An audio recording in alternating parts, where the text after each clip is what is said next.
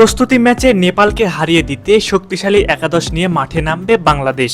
যদিও প্রস্তুতি ম্যাচ, তবুও নেপালকে হালকাভাবে নিচ্ছেন না টাইগাররা। পূর্ণ শক্তির একাদশ নিয়ে মাঠে নামতে চায় হাবিয়ার ক্যাবরেরা। যে কোনো মূল্যে এই ম্যাচ জিততে চায় ক্যাবরেরা। শুধু জয় নয়, বড় ব্যবধানে জিততে চায় তারা। কিন্তু সিন্ডিকেট কোচ কতটা শক্তিশালী একাদশ নিয়ে মাঠে নামতে পারবে তা নিয়ে রয়েছে সংশয়।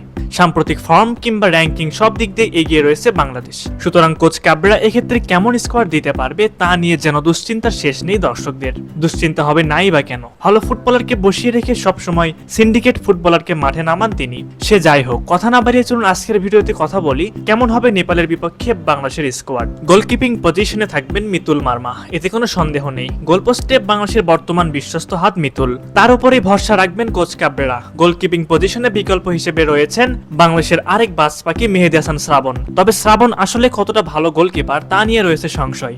জিকোকে চান্স না দিয়ে শ্রাবণকে কেন দলে নেওয়া হচ্ছে বারবার, এটা নিয়েও প্রশ্ন তুলছে অনেকে। এবার চলুন রক্ষণ ভাগের দিকে নজর দেওয়া যাক।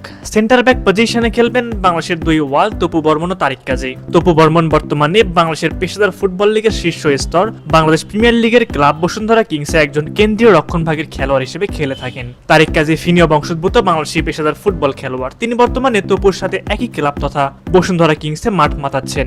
দুই ফুল ব্যাক পজিশনে খেলবেন ইসা ফয়সাল ও হামজা চৌধুরী। লেফট ব্যাক পজিশনে বেশ কার্যকরী অপশন ইসা ফয়সাল। অপরদিকে হামজা তো পরীক্ষিত একজন পারফর্মার। শেফিল্ডে তিনি পুরোটা মৌসুমই তিনি খেলেছেন লেফট ব্যাক পজিশনে, যদিও তিনি একজন প্রপার ডিফেন্সিভ মিডফিল্ডার। আমরা যদি মিডফিল্ড পজিশনের দিকে লক্ষ্য করি তাহলে প্রথমে আসবে সমিত সোমের নাম, যাকে ঘিরে এত অপেক্ষা দেশের ফুটবল প্রেমীদের।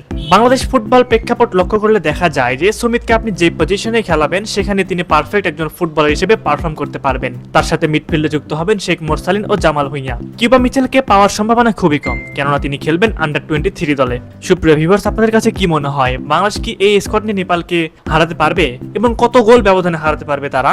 অবশ্যই সেই বিষয়ে আপনাদের মূল্যবান মতামত আমাদের কমেন্ট করে জানাবেন।